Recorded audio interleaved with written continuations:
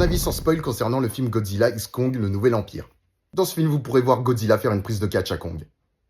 Franchement, je devrais arrêter ma critique ici. Non, mais de toute façon, cette licence est sur la même ligne directrice que les Fast and Furious, où ils s'autorisent à mettre tout et n'importe quoi. Maintenant, ils ont plus de limites créatives, donc c'est bien, plus de limites créatives, donc tu peux faire tout et n'importe quoi. Sauf que là, c'est le n'importe quoi qui est mis en avant, du coup.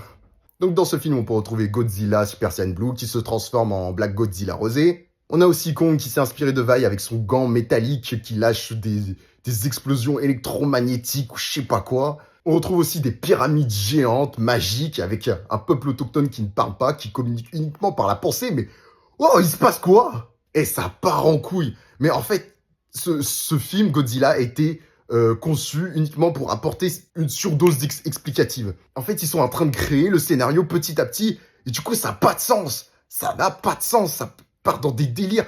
Godzilla, de base, c'est un film de, je crois, science-fiction, action. Là, c'est devenu un film de science-fiction, action, comédie, fantastique. Mais quoi? Je me dis, mais en fait, vu qu'ils n'ont pas de limite créative, là, du coup, ça part dans tous les sens. Donc, ça m'étonnerait pas de voir une comédie musicale de Godzilla ou je sais pas, un biopic. Mais les personnages humains dans ce film, je crois que c'est les pires humains dans tout film confondu de Godzilla et Kong. C'est lamentable. Hein. C'est des clichés sur pattes, des personnages qui sont là juste pour être drôles.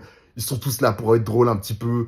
Et peut-être, à la limite, la mère qui essaie de sortir son épingle du jeu, mais entourée de tous ces connards, c'est difficile.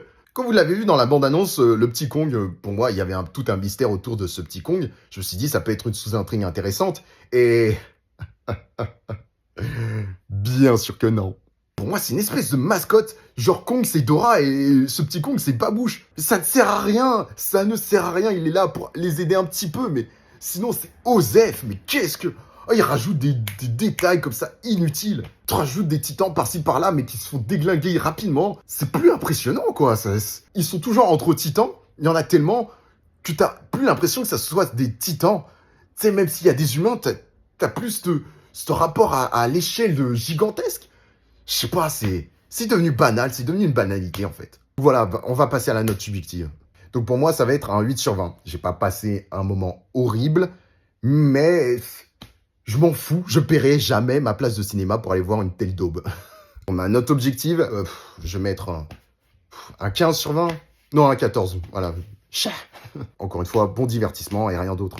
Et rien d'autre. Rien du tout. Quoi qu'il en soit, vous pouvez aussi me donner votre avis dans les commentaires, ça peut être très intéressant. Allez, c'était GDS, on se dit à bientôt pour une prochaine review. Tchuss!